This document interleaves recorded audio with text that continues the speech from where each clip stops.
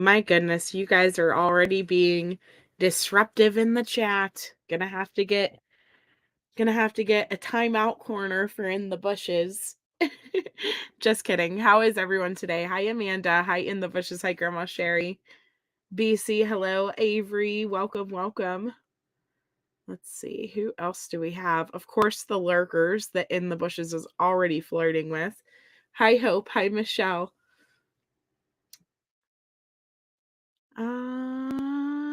Yeah, who did I? Oh, Seal. Oh my gosh, I almost missed Seal just waiting on me. Yeah. I was sitting here reading the chat just laughing a little bit because you guys are so funny. So funny. You set up kids' plastic bowling pins run and slide. Oh, on the slip and slide? All the sunlight has gone to your head, girl. It is cold and rainy. Supposed to snow tonight. I wish it was sunny. I wish it was sunny. You got sunshine on my cloudy day. Yes. You guys are my sunshine on my cloudy day. Each and every one of you. It's hot here.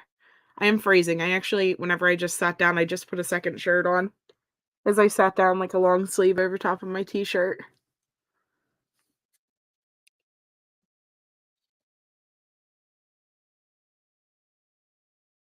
Hi, Dory. How are you? Hi, Cassie. You've been lurking while working on flyers and painting a piece of furniture. Very nice. You hope it doesn't snow here. I have bad news for you, BC. Well, you might be far enough away that it won't snow at your house, but we are meant to get snow. It just started snowing there, Cassie. We were on our way home from co-op and it was like sleeting, like ice raining or whatever.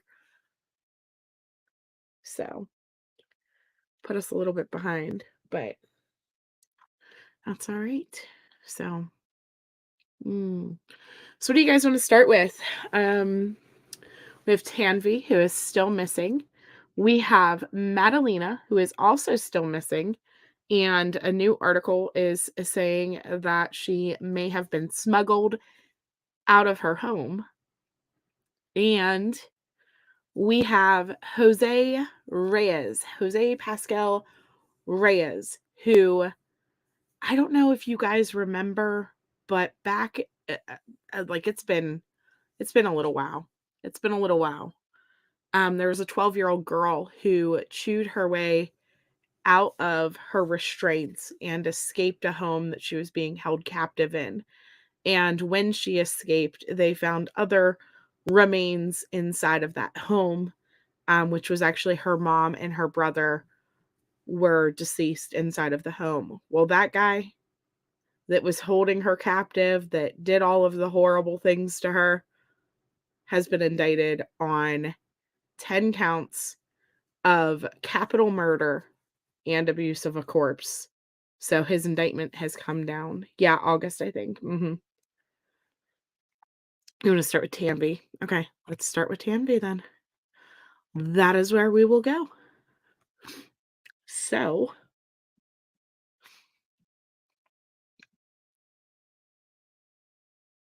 let me see here. Where is the most up-to-date thing on Tanvi? Give me just 1 second to grab it.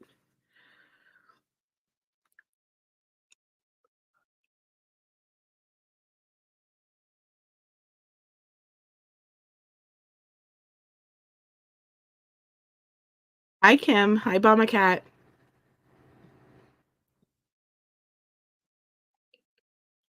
Okay, so look at this. They are trying to get billboards up for Tanvi. Jenny Wallace is the local who has been helping to advocate for Tanvi and has been going around putting up flyers. She's the one who has done most of the interviews that you have seen for the news and things like that.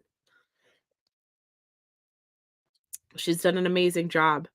And so she is collecting money to raise awareness to find a billboard. But get this,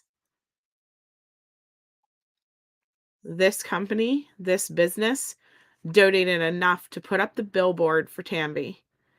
It's the rental, the printing, and the hanging. This is a huge blessing. This is how we do it. Can your church, Sunday school class, business to donate to cover 1 month for a digital rental? And so thank you so much to Amazing Grace LLC, Cleaning and Restoration and Remediation, for helping to get a billboard up for this missing child. And this is her. This is Tanvi. She has been missing. She is age 14. She's been missing now since January 17th of 2023, from the Hairstone Davis Street intersection in Conway, Arkansas. This child has been missing for almost 2 months now. I think we're at what, 50 days? Somewhere between 47 and 50. I lose track every now and then. And they just now, 2 days ago, on the Arkansas State Police, put up her flyer. She has been missing all of this time, and they just now put out the endangered child advisory for her. It's insane to me that they waited so long. Yeah, she has been, BC. She has been amazing for her parents. And so I'm just extremely excited that they got this billboard. It's going to be coming. They have been asking for people to share her flyers and things like that, and this woman has been boots on the ground. There's a couple other people who have been boots on the ground day after day, hanging flyers, checking homeless camps, putting supplies out places, just in case Tanvi is on the street. I personally do not think she is. I think that she had somebody who I think she has somebody who's helping her. I don't think that she just walked off that day without a plan. I think there's a good chance that she could have been talking to somebody locally, because she didn't have access to the internet that we know of. She didn't have access to devices that we know of. I think there's a good chance that somebody locally offered her somewhere to go. Does that mean she is safe? Absolutely not. I'm extremely concerned for her. Hi, B. Tim. Welcome. Hi, On the Rocks in the Soil.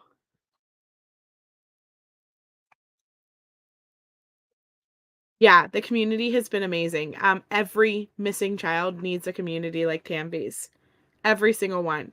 Because they have just really come together, and they are making a lot of noise. And like I said, it's just been 2 days since Arkansas State Police put out her information and is trying to share it.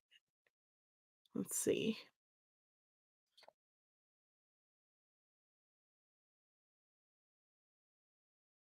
Let me pull up his flyer for you guys. Oh, it's okay. I appreciate you as well. Thank you for being here. I know, in the bushes, I'm terrified for her as well.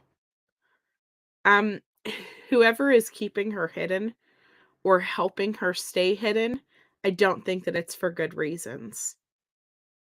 I feel like somebody would have spoke up. If they were concerned, okay, the initial concern was she was afraid that she was going to be deported because of her dad's immigration status, and he was at risk of losing his job, all of those things, and she went missing. And really quickly, that cleared up. And so if that was her fear, if that was her motivation to running away because she didn't want to be deported, you would think that once that situation cleared up, that she would have come out of hiding and she would have been found safely, or that the people who were helping her be in hiding would have brought her forward and said, "Hey, we have her here. She's safe." Once this started becoming a huge thing, that they would have came forward and been like, "Whoa, whoa, whoa, she's not missing. She's here. She's just staying with us, blah, blah, blah, blah, blah." That hasn't happened. So then you start to question what type of an adult or what type of people would help harbor and hide a runaway. I don't have good thoughts. I really don't. So this article is from March 5th, which is 5 days ago. It says loved ones, community members continue to search for the missing Arkansas teen Tanvi. It says it's been more than 45 days since 14-year-old Tanvi went missing near the bus pickup area at her school in Conway, Arkansas. There are still no publicly known leads as to where she went. Tanvi's parents initially told Conway Police Department that the Indian American teenager may have run away from home due to fear of deportation, according to police. She had run away previously at age 11 when her mother was deported, but in that instance, she was gone less than a day and was near her house for the entirety of the disappearance, officials say. This is another concern that I have. If she ran away and went to the woods somewhere and was trying to hide, is it possible that she could have gotten hurt or something could have happened in the woods or wherever she could have went to go hide and to go for the day? That's another I don't even wanna think about that, though. In my mind, I wanna picture her at somebody's house, and she is safe, and she is warm, and she is just trying to stay there, and hopefully, it's all just a misunderstanding, but 50 days out, are you really still there just out of misunderstanding, just because of you're afraid of deportation? Or is there something else going on here? So her parents have said that deportation is no longer a concern. The couple expressed this assurance in a video posted to YouTube of them pleading for their daughter to come home. The mother returned legally to the United States as a dependent on her husband's visa, she told ABC News. She told ABC that while transitioning to the junior high school this year was stressful for her daughter, she's smart, hardworking, kind hearted, and always wanted to help people, especially in high school. All of her teachers are so proud of her. She also said that between Tanvi's excitement for college and the ACT she was scheduled to take in February, it makes no sense that she'd run away. According to CPD, um, you really don't think she's far. Hi, Brianna. Good to see you, by the way. Hi, Melly Mel. Yes, we are having a great Friday.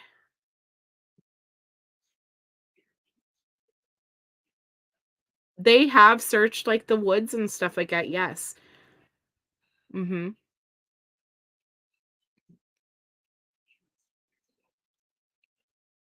Okay, so according to CPD, Tammy was last seen walking past her usual bus pickup at the Conway Junior High School on January 17th, 2023. When she did not arrive home by bus later that day, her parents contacted police. She was not carrying any sort of trackable electronic device. The community of approximately 65,000 people has rallied around her family in the cause to bring Tanvi home, searching the town for weeks, holding a vigil in February, and bringing home cooked meals to Tanvi's parents. You wish every community with a missing child would respond the way Conway has. 100%. I cannot applaud this community enough and the people who have given their time, their money, and their concern to this family to try to help out and try to find this teenager, especially with the fact that she is 14 years old. Typically, a 14-year-old running away from home gets like people don't even bat an eye anymore. It's sad. It's really sad. So thank you, Conway, for how awesome you've been. So Rebecca Steinbach, spokesperson with the National Center for Missing and Exploited Children, told ABC News they've banded together in such a loving, positive way to bring Tambi home. So her mom said, "Our family, friends, and community, they are helping us. Literally, they are taking care of my family." So, the National Center for Missing and Exploited Children, Steinbach, fears the awareness of the case has not sufficiently reached beyond the small town. She hopes the National Center for Missing and Exploited Children's efforts will spread the word further. Tanvi's face will be on TV screens at gas pumps throughout the state of Arkansas and surrounding states of Texas, Oklahoma, Tennessee, Missouri, all over the next month. She also said the NCMEC also has a dedicated case manager working in conjunction with law enforcement and the family to offer resources and assistance daily, according to the spokesperson.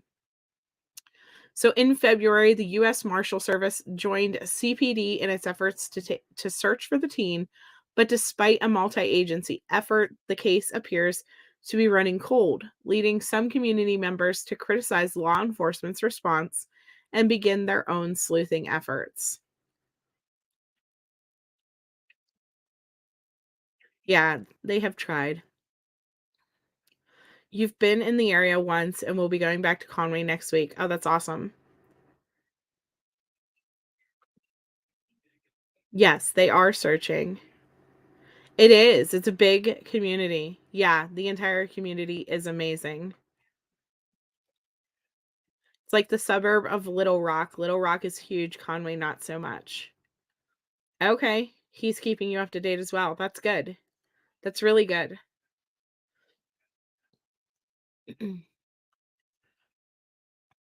Okay. So in February, the US Marshal Service joined CPD in its efforts to search for the team. Okay, yeah. They're doing their own sleuthing efforts.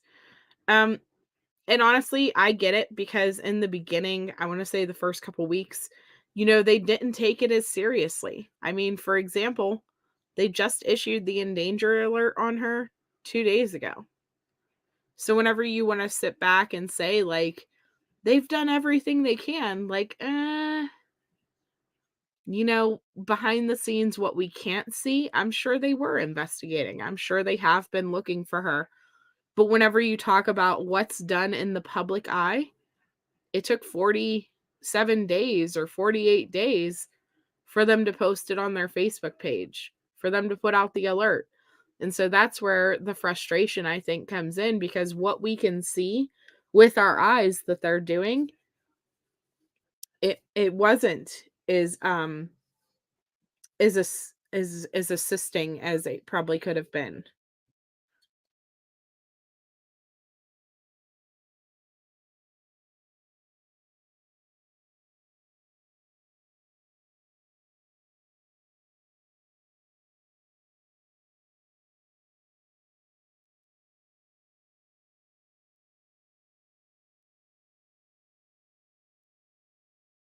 So Jenny Wallace is a lifelong resident of Conway area. She's a former teacher, a mom of six, who organized the vigil in February and continues to advocate for more resources dedicated to finding Tanvi as other local parents.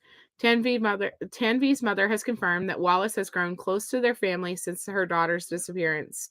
She told ABC News that she believes in the crucial period of the first 2 weeks of the case, that CPD failed to address the teen's disappearance adequately. Arkansas State Police confirmed neither Amber Alert nor Endangered Missing Advisory were sent out in January, which Wallace claimed she begged for. And we watched those videos on previous. We watched her videos on previous times that we've talked about Tanvi. Her calling and advocating and showing us the scene. She walked through and showed us all the area that Tanvi could have been in and things like that. And she talked about that very early on. She talked about how they weren't doing anything. They weren't responsive to what they were expecting to see. Yeah, in the bushes. Police were slow to jump. Hi, Magenta. How are you? Yes, Brianna. It took some pushing to get that alert, but the entire community pushed back. It was great. Mhm. Okay. So, in an email to ABC News on Thursday, CPD Public Information Officer Lacey said they were in contact with the Arkansas State Police regarding the issuance of an Amber Alert. Since that agency decides which cases classify for alerts, but added, while ASP is sympathetic, ultimately they determined that the information we have at this time does not meet the requirement for an Amber Alert, which makes sense because we don't know anything about who she could be with, a car, things like that. However, I am glad that they put out finally an endangered alert.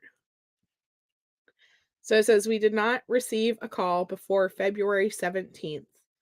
They continued, which was a month after Tambi went missing. So The police department waited a full month to even call about any type of alert. For cases to qualify for an Amber Alert, the U.S. Justice Department requires specific criteria to be met, including that there must be reasonable belief by law enforcement that an abduction has occurred and that the child is in imminent danger of serious bodily injury or death. So, an EMA alert, according to ASP alert guidelines, can be used when law enforcement has a case that does not fully qualify for an Amber Alert. Neither CPD or ASP responded to inquiries as to why an EMA was not issued. So now 2 days ago, they did finally issue that. I am, yeah, I am. That's why I keep muting here and there because I still have like this cough that's just lingering. It's really frustrating, but other than that, I'm fine. I feel great. So in an email to ABC News, typically when juveniles run away, the incident is categorized as harassment. Interesting. They didn't respond as to requests to explain harassment and why it's applied to missing children. Like, I don't understand that. Um, says that they list it as harassment conduct that repeatedly causes harm, not runaway or missing person. But the narrative section of her report states that a be on the lookout was sent out and she was registered into ASP's Crime Information Center as a runaway. So initially, we reported Tanvi as wearing tan pants based on the description given by her parents. We later realized that Tanvi's parents were mistaken. When we received footage from the school district, we put out accurate release with photos of the day Tanvi left school. I think the police, felt like this was a runaway who was going to come home, and that's how it was treated. So we applied pressure for at 2 weeks, and then we started canvassing, Wallace said, of her experience. I would say more stuff is being done by police now, she added, but over a month into the case, law enforcement has not informed the public of any leads. In reply to criticism that CPD's response to Tanvi's disappearance has been insufficient, CPD listed its efforts ranging from park, town, and sewage canvasses by foot drone, interviews with those who knew Tanvi, surveillance footage requests, and CPD began our search for Tanvi as soon as her parents notified us that she did not come home from school. Our concern lies with Tanvi's family, ensuring that we remain in communication with them about any updates on the investigation. I will say that I remember during the videos that Jenny Wallace put out, there was a there was an apartment building right on the streets that Tanvi supposedly was last seen walking down. And she was the first person to mention to the owner of those apartment buildings about looking at the cameras to see if they had any footage of Tanvi walking down that street, which he ended up not having any. But it was almost a month in, and the police still hadn't asked for camera footage from that man. And if it wasn't for Jenny Wallace, I truly believe this. If it wasn't for her consistently pushing and calling the police day after day after day and asking hard questions like, well, why haven't you asked this guy for his camera footage? Why haven't you looked at this area? Why haven't you searched here? Why haven't you done this? Why haven't you done that? If it wasn't for her constant pushing and the Facebook group that is created for Tanvi, which actually, let me get that for you guys. If it wasn't for that, I truly, truly wonder, um, would any of this be going on? Would they have even issued an alert up until this point? I really don't think so. I really don't. So here's the Facebook group if anybody wants to join, to read about Tanvi and things like that. You fell Oh, no. You fell down your stairs last night? I'm so sorry to hear that, Magenta. I hope you get better quickly. Yes, also the interview with her parents were amazing. I agree. Which I'm gonna think, for those of you who hadn't seen it yet, because I know not everyone in here has followed Tanvi yet.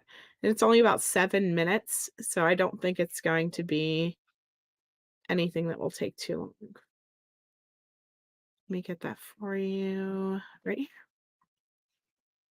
So, and this was something that Jenny Wallace posted for us, and we shared, you know what I mean, to get it out there, get Tanvi's story out there. So yeah, and so then they end it with officials ask anyone with information about her whereabouts to call 911 or the Conway Police Department 501-450-6120. So let me put that here. And then we will watch this video real quickly.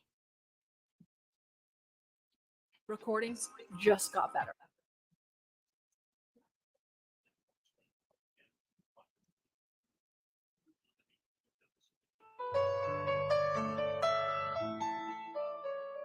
Please come back, Tali. In India also, Amama and Tataya and Mamaya are worrying about you. We are all waiting for you. We all support you. You are going to be here in US, and community will support you. Our family, friends will support you. Everyone is looking for you, and we are missing you every second. And it's kind of a big, like a big hole happened in front of me and your father. The way you take care of me, the way you understand me, and the way you have changed my whole life.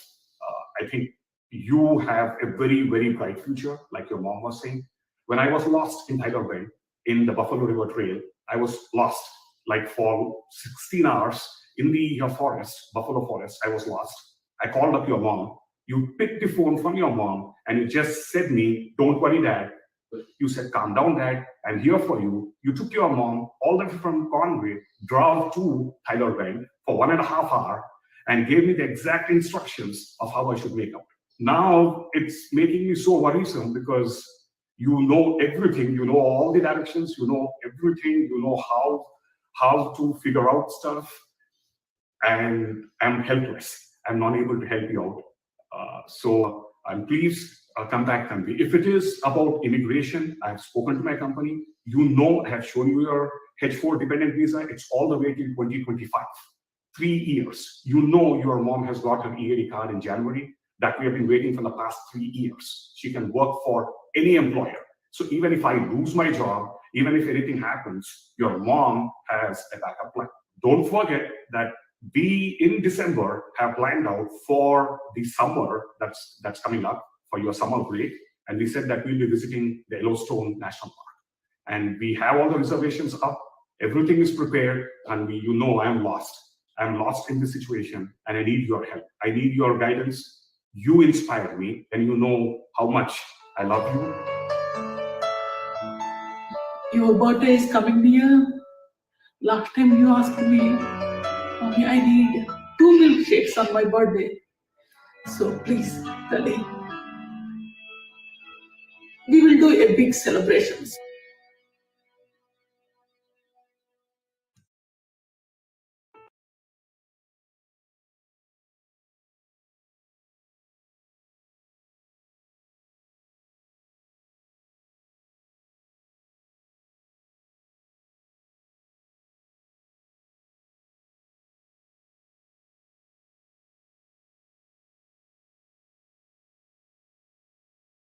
His only child I have, so I need your help. I've been in Conway for 15 years, and no one other than my very close friends and colleagues, Tracy, Dwayne, Derek, Gon, and a few of my colleagues who really worked with me for years. Other than them, I did not even know anyone much in the community. But once I have put up the post, and once people have started seeing that my only daughter went missing, the first thing was I was overwhelmed by the response because everyone started feeling that Tanvi is their own daughter, and is their own child in the community. And I have, wherever I go by now, after 20 days, this is just an incident. I went randomly into Home Depot, walking to get some stapler guns to staple all my missing daughter's flyers onto electric poles. And there were at least 20 to 30 folks who came by me, who didn't even know me, who just came by me, and we know who you are, we know what you're going through, we know your pain, and we are with you, we are praying for you. And I have never seen those 20 or 30 people any time in my life, at least in these 15 years. And they're all around me, but have never interacted with them.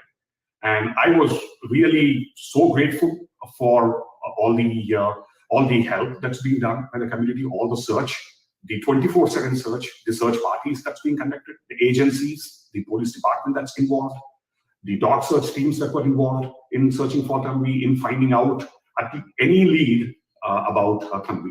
And my personal request to each one of the community members who's been putting out their heart and soul in searching for my daughter, to please look back into their cameras, see if they find any sighting, any clue, any piece of evidence, not just the video footages, friends, her family, any missing piece of detail that we didn't know, that would be really precious for finding out Tanvi, and very valuable for finding out where Tanvi is.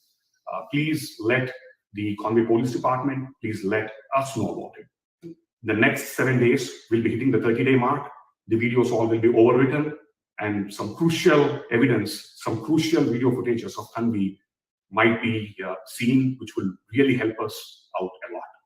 Please, one last time, check your cameras and your surroundings. If you see any sightings, if anything related to Tanvi, please inform to CPD. And you guys are amazing, doing a great favor to me. We are really gifted staying such a great neighborhood with helping people, very kind-hearted people. Please, Talli, we are all looking for you, Talli. We are waiting for you, please. Talli, you have so much bright future, Talli. Please, understand. Whatever happened is happened, Talli, in your perspective, whatever, we are always with you, please.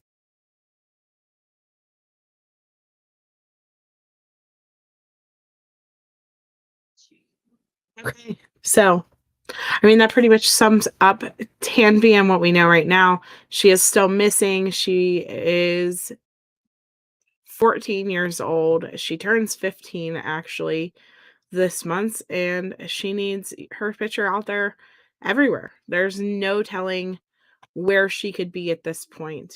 So let me show her face one last time, and then we will move on to Madalina. So this is Tanvi, again, missing in Conway, Arkansas since January 13th of 2023. So please, guys, share her stuff out. I need to make like a short, I think. I'm going to try to, I think, make a short and put that out there as well. I'm going to start, I don't know if you guys have Swagit, but I started a Swagit now, and we will, I'm going to try to make myself try to record shorts for some of these missing and things like that. So, okay. My goodness.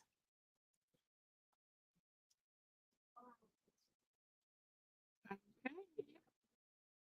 So let's talk about Madalina real quick. I'm sure many of you guys have probably already seen the new articles, and the fact that her mom was saying that she wanted to smuggle her out. Have you guys seen that? I want to know your thoughts. What do you guys think happened to Madalina? Having seen this new stuff, having seen the fact that her mom was asking people to smuggle them away from the abusive husband. You haven't seen that. Okay, good. So let me show this to you then. This came out 2 days ago, and it really makes me question, up until this point, I'm not gonna lie, I have constantly wondered if Madalina is deceased ever since she was last seen on this bus photo. Let me show this, which I don't know why they have words over her face, but she was last seen getting off of this bus and hasn't been seen since. And then, of course, the school resource officer went and was trying to inquire where she is. The mom showed up and she's like, listen, she's gone. She's been gone. And, mom said she was with dad. Dad said she was with mom. And it's been a nonstop. Where is Madalina? While both of them sit in prison. And honestly, with all of that being said, with the strange activity that happened between both of them, with dad driving a far distance, with mom going up to the the other area where she went and was seen driving, it's made me wonder, is Madalina even still with us? But in newly released police records filed in court, state detectives were told that the mother of Madalina was attempting to smuggle both her daughter and herself away from their home in Cornelius because of her bad relationship with her husband. Yeah, now you're wondering if she's alive. Me too. This is the only thing that has given me any hope. This has made me rethink her case a little, unless mom was trying to cover up early. Yeah. This has given me so much hope that there's a possibility. Is this why Diana has played dumb the whole time? Is this why Diana has said that, she didn't want to report her missing because she didn't want to cause an argument with her husband, basically? Like all of those things. Is it because she snuck her away while the husband left? Did they get into this fight and he left that day? And so she sent her somewhere. I mean, I really, really want to know now. So it says search warrant documents show Diana had a conversation with a distant relative on December 2nd of 2022, and that relative later told police he was asked to help her leave with Madalina because Diana wanted a divorce. Madalina was last seen sometime between November 21st and 23rd. According to previous information released by police, her family waited 3 weeks after her disappearance to report her missing. Her mother, Diana, and stepfather, Christopher, are charged with failing to immediately report her disappearance. The newly released court documents include search warrants and notes from investigators that show a canine police dog alerted, meaning may have detected, the scent of narcotics on Diana's car on February 10th. The car is in police possession, the records state. So those of you who know what narcotics are, those are drugs. And so basically the dog smelled drugs on her vehicle. Drugs usually go hand in hand with things like smuggling children. Are they smuggling drugs through the same people? Human trafficking, things like that. Yeah, and maybe things went kind of sideways. Maybe she was going to go later. Right. I hope she tells them while she's safe in jail. Right, we need to find Madalina. If she was sneaking her away, why didn't she go? You know what though? If she was sneaking her away, I don't know. Why didn't she just leave too? Maybe she couldn't get out safely at the same time. Maybe there was something that she felt she needed or had to iron up. Right, or trafficking. That's what I'm worried about. So, previous arrest records released by the courts show that on the night Madalina disappeared, her parents were fighting. Her mother told investigators she believed her husband, Madalina's stepfather, put their family in danger. She also told police she did not report her daughter missing sooner because she feared conflict with him. The court records related to the search of Cojocari's car are dated February 13th and 14th. The investigators searched her green 2008 Toyota Prius and seized Madalina's Moldovan and Romanian passports. Diana's Romanian passport, a Moldovan debit card, and miscellaneous education certificates and work documents. Court records indicate all of these items were found in the car's center console. So she already had Madalina's passport in that car ready to go. The thing is, though, the one thing that kind of gives me hope is the fact that the dogs alerted to drugs on the car. They didn't alert to like a human corpse or anything like that. No signs of her being deceased. And that's a good news, because I have wondered ever since we found out that she was up in the mountains if Madalina was dead that evening and then Diana later took her up to those mountains and disappeared her. And I'm glad that this means, like, you know, I'd rather a scent dog hit on drugs any day than corpse. Yeah, maybe the husband found out the plan. You don't believe it in the bushes. Do you think this is all like part of the cover up? You know, do you think that like the distant relative is helping to try to make a story for her to cause reasonable doubt in case this goes to court like that? Because that's the other thing that I thought about. You know, could this all just be, could she have called him and asked him that just so that she would have a story to say, well, Madalina's not here because I got her out to safety? You know, that's possible. So, in addition to the canine search of the car, the relative Diana was in contact with multiple calls to numbers belonging to unidentified targets involved in ongoing narcotic trafficking investigations. Police told a judge in applying for a search warrant. Detectives state that the warrant application, it's possible persons associated with narcotic activity are also associated with human smuggling.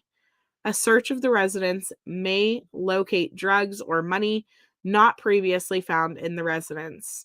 The detective applying for the warrant wrote, making a note that a canine would be needed. We believe that an additional search could be helpful in locating and leading to information in the disappearance of Madalina. So then it goes down through the timeline of her being missing. You know, the last time, of course, that she was seen was on the bus on November 21st. She claimed that she saw her 2 days later when she went to bed.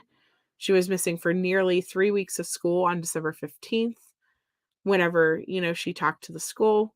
Since she was reported missing, the police have searched her home repeatedly, combed Lake Cornelius, and asked residents of Madison County to come forward with information, placing her parents in the area around the date she disappeared.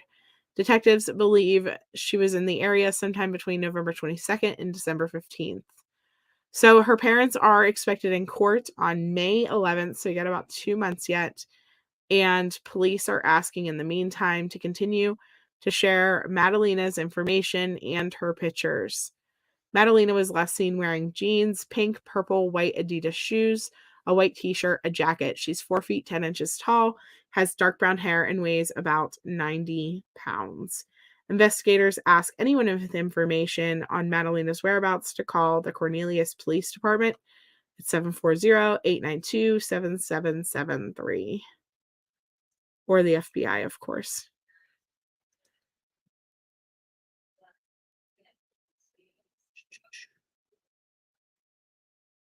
Let me share that with you guys. Isn't there a burned couch in this case? You think she's either dead or trafficked? I don't know, but this is the first time since this case started that I have had hope that Madalina could potentially be out there somewhere. This one is feeling more and more like the Daybell case every day with some of the weird stuff that they got going on. And this is the first time that I've thought, you know, is it possible that she took her somewhere else, that she sent her somewhere to safety, or sold her into a situation like trafficking or whatever?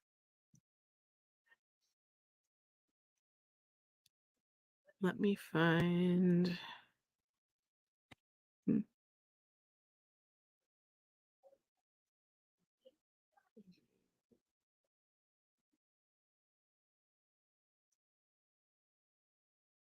Hi, Mama Bear too. If I'm thinking right, wasn't there also a crime scene van there also? Yeah, they would have the crime scene van there, though, while they are searching, just in case there would be any evidence, to take pictures of anything that they would find and all the things like that. So, I mean, that's not that uncommon, in my opinion. Yeah, absolutely, Mama Bear.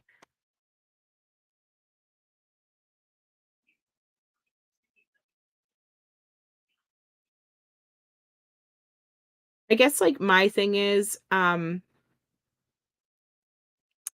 it's just it's hard to think about the fact that a mom would potentially take her daughter and send her away. But then it makes me question, what if their relationship really was that bad?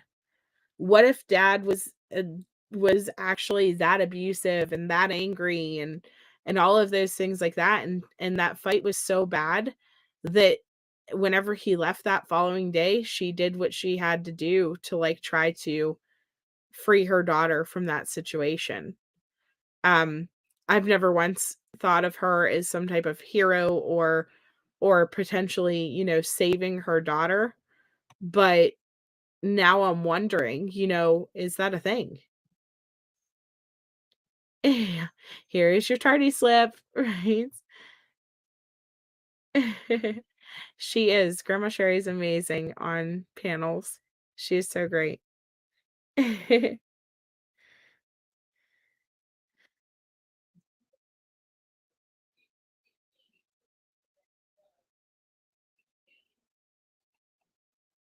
struggle is real. How are you? Detention. What do y'all think about her ranting on her Facebook page? The baby seems like she was in an unstable situation to begin with. Yeah. I don't think mom or dad were stable for sure. But then you add the fact that, she's saying that he was unstable and stuff. If there's any truth to that, if there's any truth to him being a violent man, I can understand in my mom heart, wanting to save your kid from that. What I can't understand is lying about it now that she is safely away from him. If he was doing something to them, all she had to do was tell police, "Listen, I put her somewhere safe."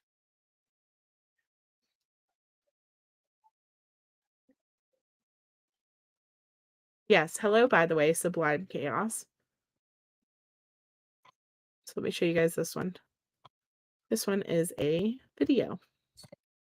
The Hyundai Hometown Hero program is back. Your Charlotte area Hyundai dealers, with the help of WCNC Charlotte, are recognizing our local law enforcement officers. Go to WCNC.com/hometown hero to nominate a local law enforcement officer that goes above and beyond the has now been 108 days since Madalina Cojocari was last seen publicly. Updates from police and the FBI had all but stopped, really, until we got our hands on new search warrants yesterday. They showed the investigation could be taking a new turn here. WCNC Charlotte's Chloe Leshner is joining us live tonight to talk about this. So, Chloe, you talked with two law enforcement experts today. Did they say anything about the information in this search warrants that we found? Yeah, hey, Vanessa, the search warrants that we got through the courts yesterday introduced this idea of possibly drug or even human trafficking in this case. And both of the experts that I spoke with today say this definitely broadens the investigation, but it presents some new challenges too. From the start of the I was just thinking too, though, we're in this situation where if there is no physical DNA evidence, if there's nothing that they can go on, if in the fact, okay, let's go worst case scenario, and they did cause Madalina to be no longer with us. If they don't have physical evidence of that and they don't find her remains, and then they have this alternate theory of her being trafficked or drugs or whatever involved, that's going to be first of all, that's going to be a good thing for the defense team to get these parents off. And then it'll also be that much harder to prosecute for Madalina's murder if this ends up being a situation like that. And that stinks. That part is awful. So, no, Mama Bear. I know. I was hoping that Tanvi would have been found by now too. She hasn't, though. It's so devastating. Investigation. Madalina Cojocari's mother maintained she did not know where her daughter was. We all know that if we don't recover somebody within the first 24 hours, the trail starts getting colder and colder. Now, 3.5 months later, it's clear police have known she asked a family member to help smuggle her and her daughter out of their house and away from her husband. According to the U.S. State Department, 41% of human trafficking cases are facilitated by family members. Unfortunately, it happens more than we care to recognize. In Madalina's case, the search warrants also show an apparent connection between the family member Diana was talking to and people known to be involved in narcotics trafficking. Law enforcement consultant Roy Taylor, who is not involved in the case, says this gives investigators more people to look into. Now we can start looking, kind of doing a Venn diagram of family members and known associates and friends and their involvement in drugs. So it gives us another investigative tool and give us more hope that the young girl's still alive, and maybe she was able to be smuggled out of the local area to other relatives or family friends that are keeping her safe. Several experts say untangling the web of a human trafficking ring can be extremely tedious and difficult. It's a needle in a haystack. Now, I did speak with a Cornelius police captain who is involved with this investigation on the phone today. She said it is still an active investigation. They are still asking people to share Madalina's picture and anyone with information to give them a call. Live in Uptown, Chloe Leshner, WCNC Charlotte. So many layers building with the story. Chloe, thank you.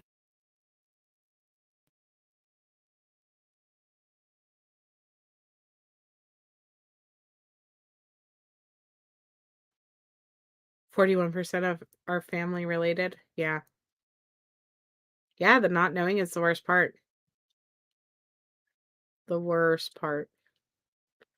So, I don't know, but I'm really hoping and praying that this opens up a chance to where Madalina can be found potentially safe. And like I said, up until this point, I haven't felt that was probably even a possibility. So many of these cases, whenever we see the family not report them missing, and then finally, something comes out that makes them to be reported missing, it seems like so many of the times that it ends up that they're deceased and that the family was responsible for it. And so it makes it hard to have faith almost that, or to have hope that she could be out there somewhere. But with this new potential thing, I mean, trafficking is not a good life to live in. If she's being human trafficked, I'm not saying that that's a good thing. But what I'm saying is it potentially a situation where she can come home alive? She can be found alive somewhere.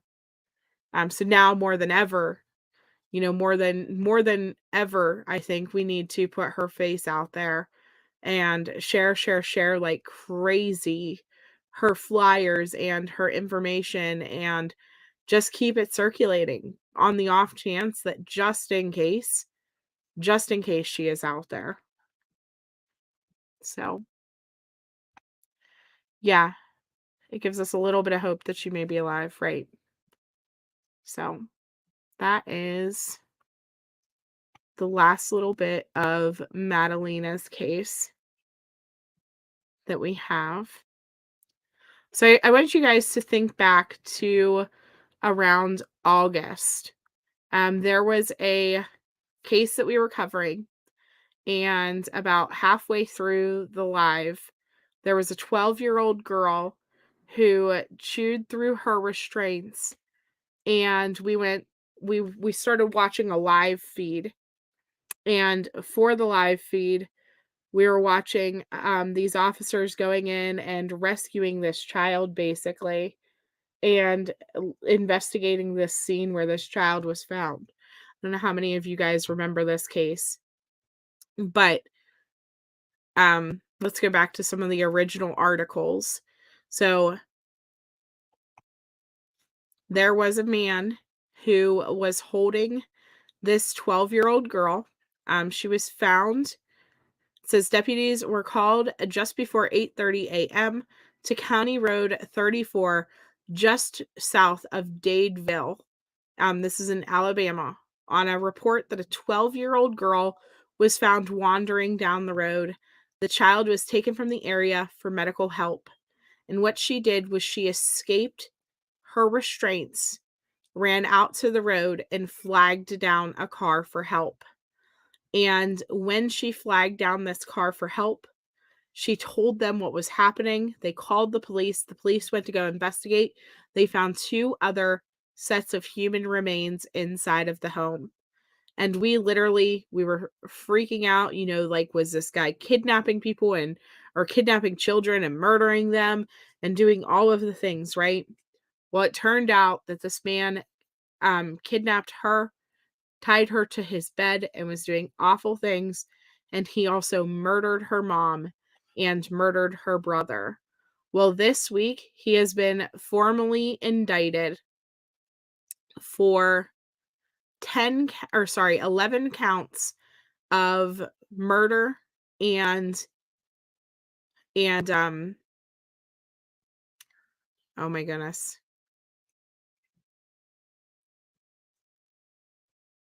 Oh my goodness, something with the body. I cannot think. Hold on one second. So let's watch this video though, so that we can see.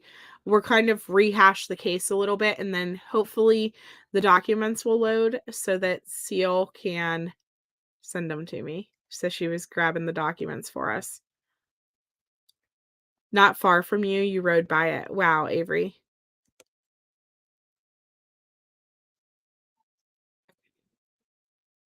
At ASC Credit Union, we finance fun with rates as low as 4.2.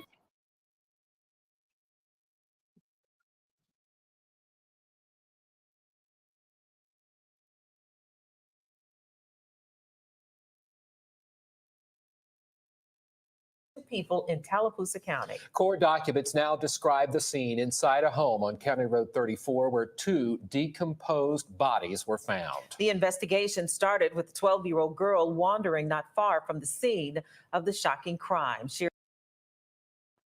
Yes, BC, abuse of a corpse. Thank you. My brain would not form those words for whatever reason. Thank you, thank you. Officials determined she was kidnapped, leading authorities to the home where it all happened. Jose Reyes was arrested in Auburn in connection with the deaths. Authorities reporting one of the victims was smothered, the other was beaten to death. Reyes is charged with 1 count of kidnapping, 3 counts of capital murder, and 2 counts of abuse of a corpse. Authorities say the girl found wandering had been in the home a week, tied up and drugged. It's hard to imagine what that 12-year-old girl at the center of the case experienced. WSFA 12 News anchor Rosanna Smith spoke to the group that will help her work through the trauma of that awful ordeal. It was here along County Road 34 in Tallapoosa County where deputies found the 12-year-old girl walking alone. She had been kidnapped. Court records show she had been drugged and tied up for a week before she escaped. It's horrendous to have a crime scene of this nature and also a 12-year-old juvenile to deal with it. It's a horrendous situation. Helping her work through the trauma is the Tri-County Children's Advocacy Center. She is brave and courageous in ways that I have never seen before. Jacqueline Burgess is the executive director of Tri-County CAC. She says her goal now is to keep the girls safe and protected through the next steps of this case. Our role in that is to interview the child in a way that's not scary, that is developmentally appropriate, so that they're not questioned by 50 different people on what is probably the most traumatic thing that's ever happened to them. Burgess says it's important for her organization to help the girl cope. And while what happened to her is part of her story, it's not her whole story. And they've been very careful through this not to put this girl's name absolutely everywhere. And so, if you know her identity, because her mom's name is obviously out there, her brother's name is obviously out there. If you know her identity, please don't type it in the chat. We want to let her have her privacy, and I don't want her coming up in a Google search based off of my channel someday in the future. Because whenever she's 18 years old, 25 years old, 30 years old, and she wants to live her life and have this not be a part of it, I want to give her that right, so that she can heal and grow up and be as whole as she can be after everything that happened to her. We don't ever want their life to be defined by these events. We want to teach them how to be resilient and how to heal from this trauma.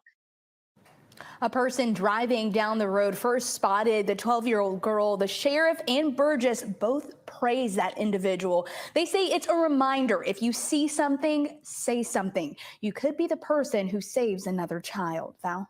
All right, thanks a lot, Rosanna. The Tri-County CAC is a nonprofit organization that serves Tallapoosa, Clay, Chambers, Randolph, and Coosa counties.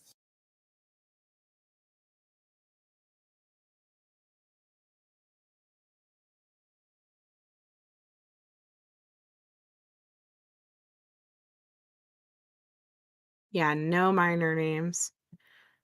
You volunteered there for intro. Oh, that's awesome. Please check Discord again. Okay, you're trying. No, it's okay. I totally get it.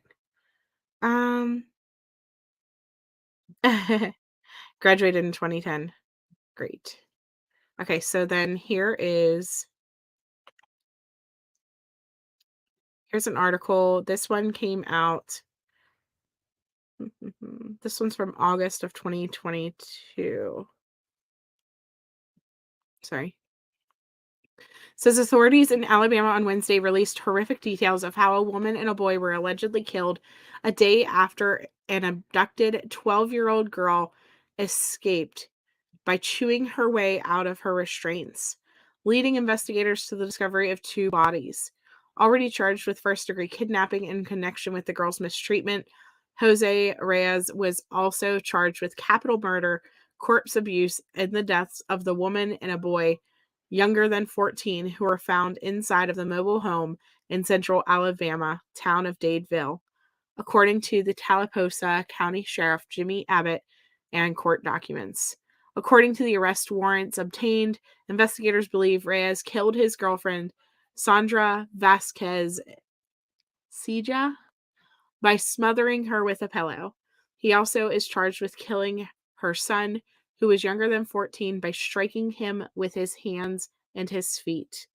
The boy's full name has not been released. Both bodies were cut into small pieces at the joints to hide the evidence. Not only did he kill them, you guys, but he also chopped them up.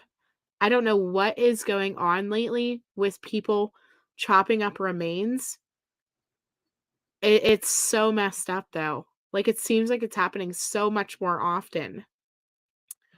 So she had used the address that matched the location of the mobile home when she received traffic tickets for speeding and driving without a license in April, court records showed. The records don't include the name of a defense attorney who could speak on behalf of Reyes, who was being held at the Tallapoosa County Jail following his arrest in Auburn, about 25 miles from Dadeville. Abducted from the undisclosed location around July 24th, the girl was restrained to the bedpost for about a week so she could be essayed, according to a complaint filed with the court by authorities. 2 people were killed around the time of the alleged abduction, records show. The girl was kept in a drugged state with alcohol and assaulted in the head before chewing her way out of the restraints, the document said. With her braces damaged from the chewing and marks on her wrist indicating she had been tied up, The girl was spotted on the road outside the mobile home on Monday morning, authorities said. A driver picked the girl up and notified authorities, prompting an investigation and search that led to police officers discovering the 2 decomposing bodies inside the mobile home where he lived, and the girl was believed to be held. Other people lived at the residence, he said, but no one else was there when police arrived. So I have a lot of questions about these people who lived inside of these residents.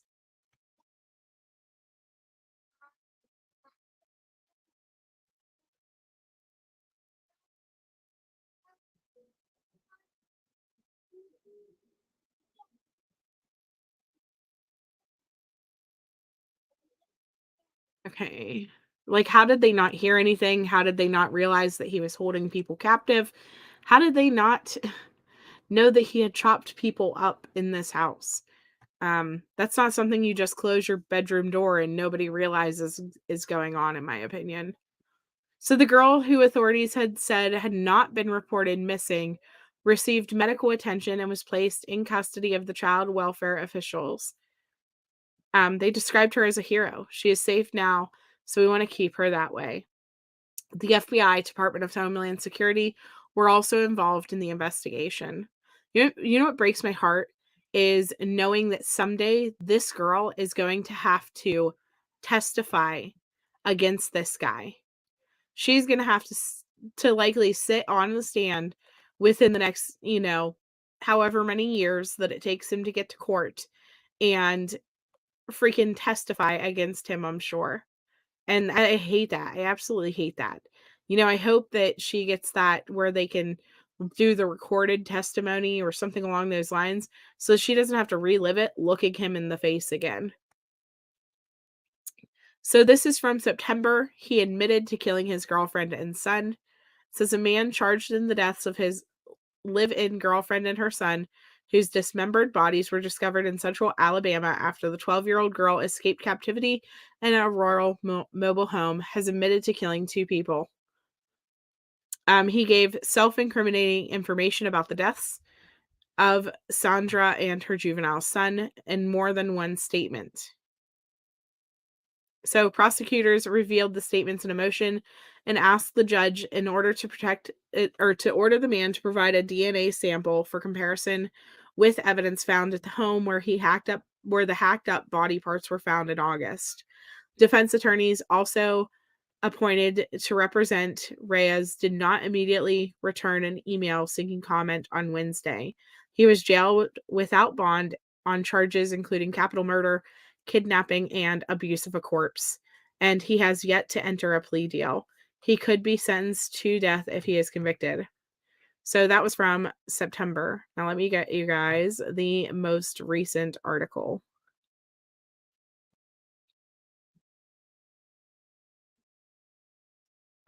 This week.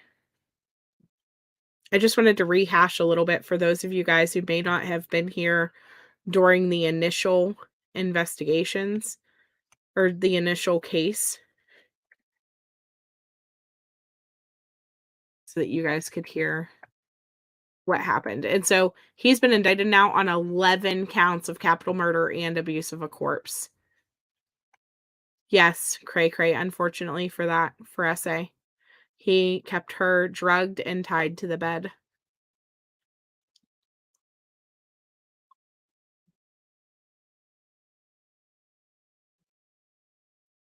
Okay, so let's watch this one.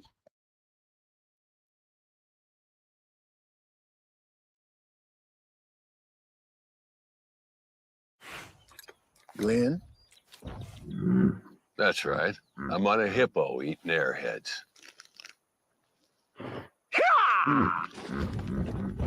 I'd like a hippo. Airheads have more fun. State prosecutors today announcing that Jose Paulino Pascual-Reyes is charged in the deaths of his girlfriend and her son, has been indicted on 11 counts of capital murder. It's a horrific case we told you about back in August that started when a 12-year-old girl was found wandering down County Road 34 in Tallapoosa County. It was that girl that led authorities to a mobile home where the decomposed bodies of the 2 victims were found. According to authorities, the girl had had been tied up, drugged, and assaulted and was only able to free herself by chewing through her restraints. Reyes is facing nearly a dozen charges. If convicted, he could face the death penalty.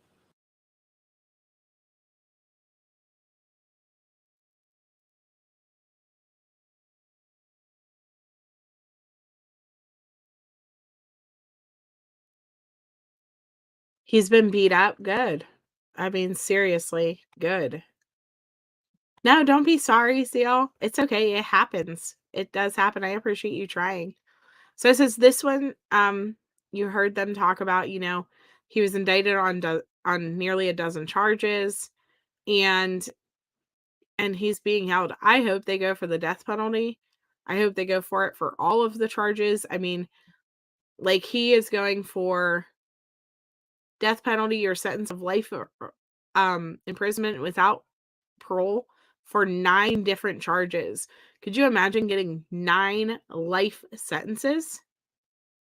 9? Like, this guy will never see the light of day. Never.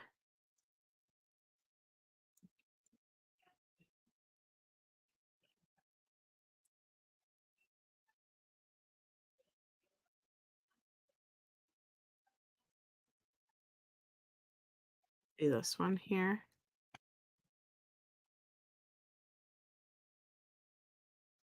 Hi, K Crochet. How are you? Oops, it's not the same one again. My bad. Too many tabs open. So this one is from WAKA. And it says, Attorney General Steve Marshall has announced the indictment of Jose Reyes of Tallapoosa County on charges of capital murder and abuse of a corpse. He faces 9 counts of capital murder for the deaths of Sandra and her son. I'm not going to say his name. Additionally, he was indicted on 2 counts of abuse of a corpse. The indictment was served at Russell County Jail, where he was currently being held without bond.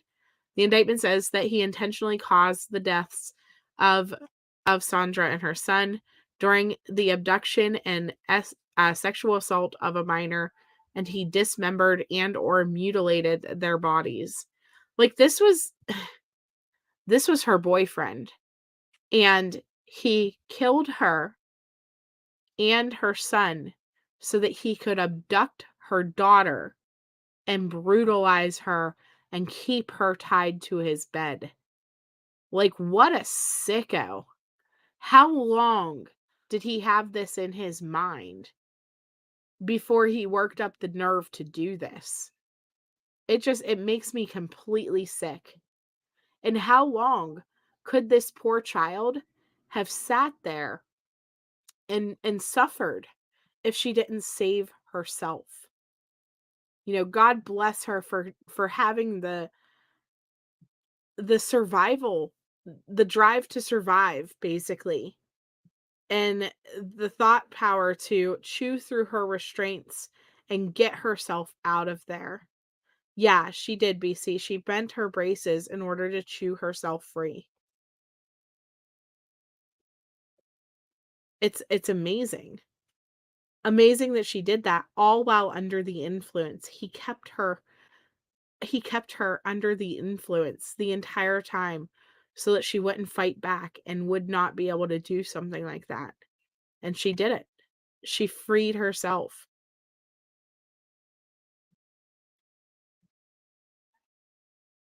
You sent a summary to me, a messenger. Okay. Give me 1 second here.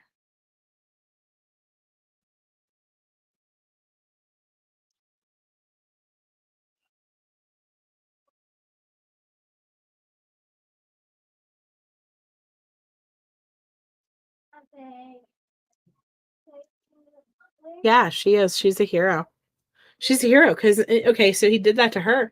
He probably would have done it to other people too if he would have got away with it.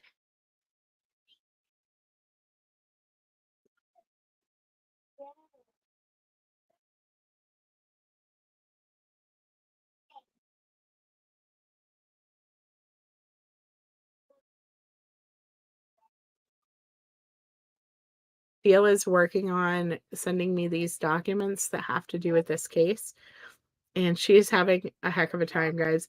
I just want to tell you how much I appreciate my mod team, because since I was busy today and I was running around and doing all the things, we have homeschool co-op on Fridays. She went right in, she found the documents. She is working on getting them paid for, trying to get them up for us. And of course, let me show you guys. So you have to purchase them, right? A lot of these cases, you have to purchase the documents. And so she keeps pulling it up and trying to purchase this document so she can send it to me. And they keep sending her the wrong document. So she emailed them, and they are going to refund her the multiple times that she paid for this, thank goodness, and send her the appropriate document. But unfortunately, we don't have it yet, but that's okay, because honestly, you guys, my baby just woke up and the kids are in the background now. And so not something that I'm going to want to read through while they're present. You do not like Alabama courts. Yeah, CLMPC are amazing. You're not just cute, Grandma Sherry. You're a great mod too. You do great work as well. Plus, you jump on panel, Grandma Sherry. You'll jump on panels if we call you. Probably not the, yeah. And that's sick to think about, Cray Cray. It really is. So I think what we'll do is she's sending me crying faces because she's so sad that it didn't work. I think what we'll do is we'll wrap this live up, and then we will take a deep dive into those documents on the next live whenever the Alabama courts send them over to seal. And we're going to keep following this as it goes to court and things like that. Follow it through till justice for this 12-year-old. It's just wow. It's just wow. I don't know if you guys seen this one as well. Shariah Williams. Let me pull this up for you. I am attempting to get back into making shorts. The thing with shorts is I have to record them, and then I have to go through and I have to edit and make it fit so it fits into a minute. And so I hate the editing process. So it always, it's one of those things that I don't really enjoy doing, but I do want to try to get these out there more so that we have more cases that get covered and more names put out there, especially for these teens, because it seems like the teens don't get nearly as much coverage. And a lot of times there's not much information whenever we do try to cover them. So I am going to try to put out more shorts. I would appreciate it if you guys watch them. Please do the little heart button, the like button, whatever it is, and share it just like you would a normal live, because these are probably more important to spread everywhere than even the hour-long live shows. Because these will get more names out there everywhere. TikTok is becoming obsolete. And so even though I will still post them to my TikTok until they completely banish it from the faces of the United States, I will still post it everywhere. But I am also on Swagit now, which is apparently the new TikTok. So, plus you added, what did you say it is called? I don't know. Okay, so let me add this to the stream so that you guys can watch this real quick. It's literally a minute. Williams. She was supposed to be home on February 23rd after school. However, she never came home. This is not in her characteristic to run away, according to her mom. She says that she has already lost one child and she does not want to lose another. She says, my child is in danger. She is missing. Her mom says that she always answers her phone and would always call back quickly. She says, my child is not a runaway. She is missing. She is beautiful, outspoken, smart, respectable, artistic, and so talented. I'm trying to stay strong. The family has now hired a private investigator, and they are asking the public for help in finding Williams, who is 5'4", weighs 120 pounds. She is 17 years old. She was last seen on February 23rd wearing a black sweatshirt and black bell-bottom jeans. There's been no endangered alert, no Amber Alert, or anything like that put out in this case, simply the runaway report. And Shariah, if you happen to see this, your mother has a message for you. She says, Shariah, I love you, I miss you, I'm doing everything in my power to find you and bring you home safely. And Mariah loves you and she misses you too. We love you and we are looking for you.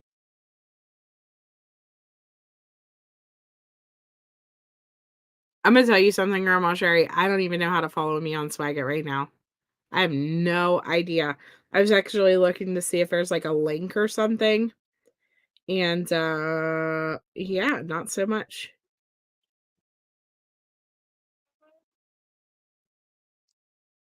So let me see here.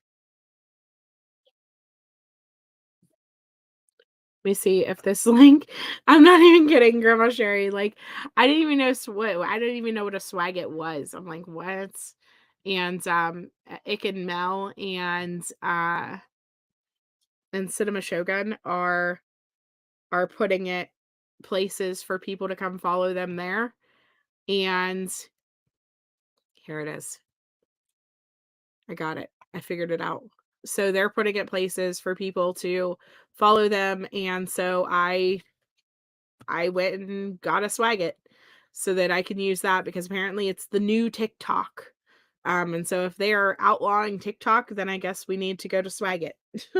So, which is good, because I never even bothered to build my TikTok. Like, I never went into it that much. I posted, I think, like 7 videos maybe. But part of the reason that I didn't do TikTok was because my phone was so full and I couldn't hold any more new apps. So I got a new phone. We've got Instagram. We've got Slagit. We got Swagit. I called it Slagit. We've got Swagit now. We got all the things. So this link that I just posted should take you to my new Swagit account, I believe. Let me click it because I don't even know.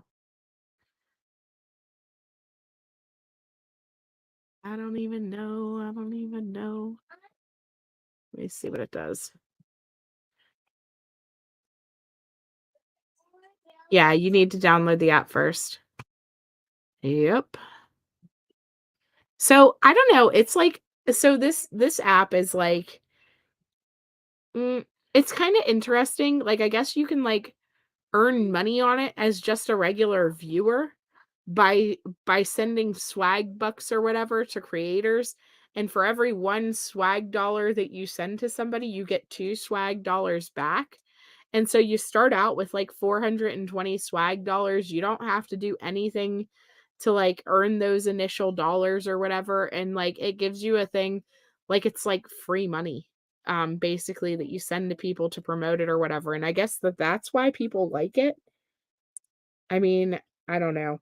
Have you guys ever done, it's called, there's like a receipt app where you scan the receipts after you grocery shop and it gives you like points back. Oh goodness, what is that called?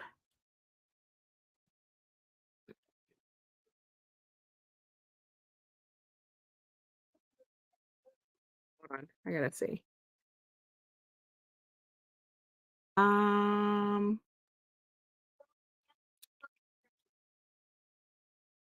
Fetch rewards. Have you guys ever heard of Fetch rewards? Yes, Fetch. Thank you, Seal. So Fetch rewards. Swagit reminds me of like the Fetch rewards, except for of YouTube videos. Like not YouTube, but Twitter. What is it called? TikTok. Yeah, I can't brain. It's not today. We're done. Does anyone have it already? Yes. Thank you, Grandma Sherry. So there we got it. Oh, nope, that link didn't work though. So anyways, guys, come follow me on Swagit. I'm going to put the links that I have in the description. If you guys are already on Swagit, you know, come check it out. If you're not already on Swagit, hey, consider it. You know, it's kind of like Fetch rewards where you get to get gift cards basically with the points that you have. Yeah, no, I never heard of it either until like 2 days ago. K Crochet. But it's kind of like Fetch Rewards. That's what it reminds me of. You get like these invisible points, and then you use your invisible points to send other people invisible points, and for each invisible point you send a day, you get 2 points back and all of the things. Okay, so it's probably because I'm on the computer. That would be my guess. So, I don't know. But come follow me on there if you haven't. And we're going to be trying to put the shorts. They'll be on YouTube. They'll be on Swagit and TikTok until they completely get rid of it. But I'm going to tell you, Fetch Rewards, whenever I had that, which I don't use it as often anymore because I internet shop too much. But I used to get so many gift cards by using Fetch Rewards and scanning receipts and stuff like that. And it seems like the Swagit's the same way. Like they got Amazon gift cards. They have Visa gift cards, they have restaurant gift cards, all of the things, and it's all by, basically sourcing and sending your stuff out there and trying to get the most clicks and stuff, like, which whatever. If I could put some missing people on there and people will see faces more often because they're there, then far be it for me not to post it there too if I'm already uploading it places, Yeah, I mean, I don't know. Seems interesting. So come and check it out. And if you don't have a Swagit yet, I think this link that I have, it helps you create your Swagit. And I think it gives you guys extra dollars by using my link to create. And then also gives me some extra dollars for getting the referral or whatever. This thing I got so that we can teach you the alphabet. Do you see that has an A, a B, a C? No, it's just it goes up on the wall. It goes up on the wall so that we can use it whenever we do school. Yeah, it just goes on the wall kind of like stickers. It's a sticker. Were you painting again? You look very glittery. Oh my goodness. Do you want to say goodbye to everyone? Yeah. Bye, everyone. Look, kitty cat's there. Hi, Kitty. God. Hi, and bye-bye. Hi and bye-bye. So that's it, guys. We're going to go ahead and say hi and bye-bye. And I will talk to you all later. Please, if you didn't go and hit the like button on that short that I put out, please do so. Please come back until it's ready. Yeah, tell them hit the like button. Hit the like button, please. Have a good day. Have a good day. Bye. Bye. Good job.